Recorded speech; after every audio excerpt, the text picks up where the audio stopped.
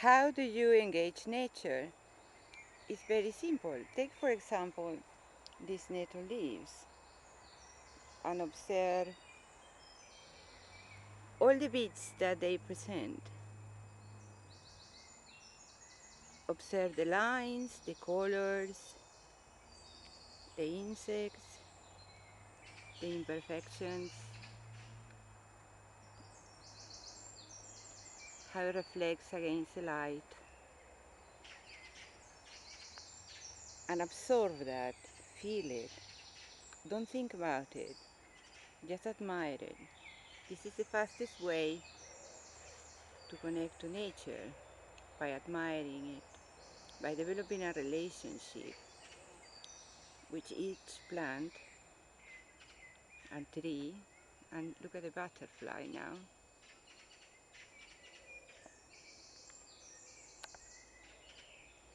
And the different colors, the darkness, the light, the moistness of the soil, the singing of the birds. All that connects you to Mother Earth.